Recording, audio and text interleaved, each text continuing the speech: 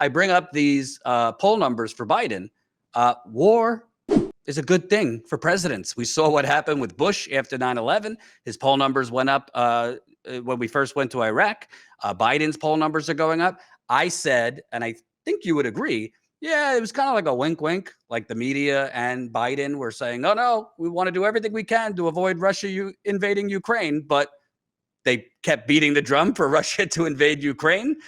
So I wanted to ask you, it seems to me Biden has zero impetus, and the Democrats have zero impetus to do anything economically for people, fight for Build Back Better, do anything on healthcare, do anything, period, that will actually help working people, because they're just going to continue to let this play out and see his poll numbers rise.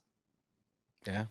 I mean, it's embarrassing. I mean, it makes you wonder, if there's a better way. I mean, being an American is kind of an embarrassment. But I remember growing up, my first bicycle as a kid was a 1976 bicentennial red, white, and blue banana seat bicycle with the tassels red, white, and blue and the Liberty Bell on the seat. I don't know if any of you all had a banana seat back in the day.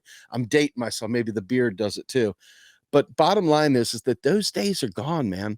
Now, when I see somebody walking around with a high trucker hat with the red, white, and blue flag on it, I cringe. I don't feel that pride that I once did.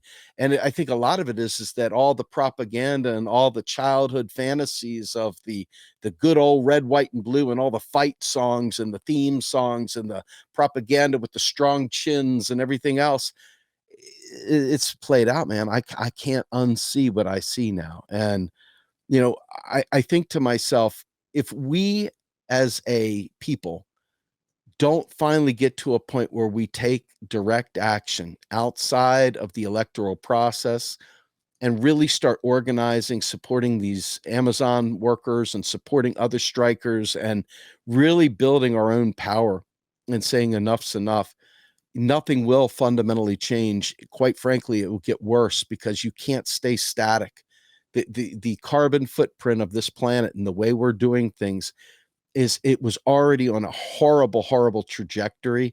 It's only going to get worse now, because now you're going to have everybody panic drilling. You're going to have tons and tons and tons of panic work here, trying to get caught up. And what gets lost? Renewables. What gets lost? Change. What gets lost? The future.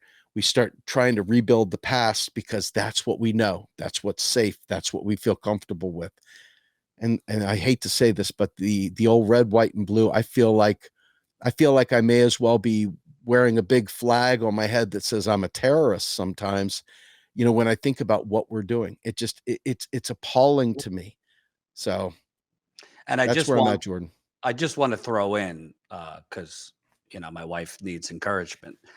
She said to me yesterday, I don't know if this has already been out there, but I'm just going to give her credit for it. She calls America an oligarchy. An oligarchy. So I want to give her credit, because that's a pretty good statement. That's right on the money, man. That is a damn. I'm tell her I'm pocketing that one. I'm lifting oligarchy, seizing the means of saying oligarchy. I like that. And by the way, let's not forget, who was it? Was it Rahm Emanuel? Let's never don't waste a good crisis to waste. Never let a good crisis go to waste. That's so it. Yeah. God knows what American corporate vultures are doing, or where they're circling right now to rip you off more. But I got to tell you, and we're about to have our next guest on, I don't want to diminish what the Ukrainians are going through, but we're in America here. People have already been hurting before the coronavirus pandemic. People, the media likes to pretend, oh yeah, everybody's, for the most part recovered from the 2008 financial crash. Not so much. And then you had a pandemic where people are being evicted and gone into significant debt, lost their job. We know everything that's happened. And now, in addition to higher rental prices, home prices, food prices, electrical prices, the list goes on. I mean, these gas prices are through the roof. And even if this ends, these fossil fuckers are just going to keep gouging until they can't anymore. So I worry about right here in America. I think we were already going to see kind of like a Republican tidal wave in November. this might make it worse. Yeah, I mean, just think about this, right? I really hope folks do take a second to think about this. There is absolutely none of this that has to be this way. You know what I mean? Like, this is the direct result of ineffective government. It's a direct result of an ideological framework that is creating this space. We could literally offset this. But the other thing that's really important to understand, Milton Friedman in the 70s made everyone absolutely terrified of government intervention during OPEC.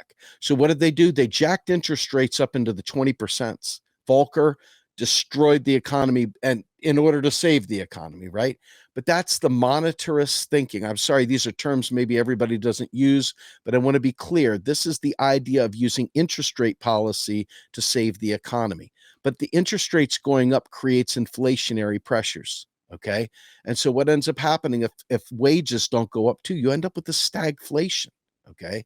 And so I want you to be aware that we do have policy place, that we could do things. We could do things with the fiscal side, but we've been so conditioned that if we print money, and which we don't do, but we print money, then that it's going to equal inflation. And that is a bat signal. Imagine a big giant bat signal to every capitalist out there saying they're printing money. Okay, we could jack prices up, because that's what everybody thinks. The knuckleheads believe that when we print money, it's going to create inflation, but that's not how it works.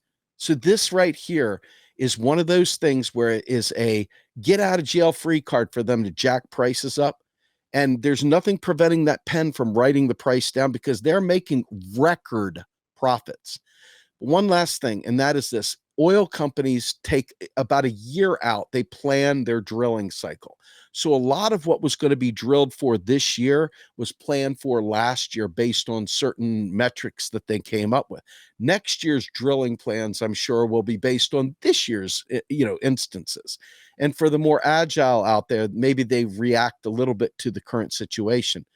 But without a coherent energy policy coming from our federal government, there is nothing, not one damn thing, that will make them bring oil prices down or sell more domestic oil or anything else. There's nothing short of a legislative action.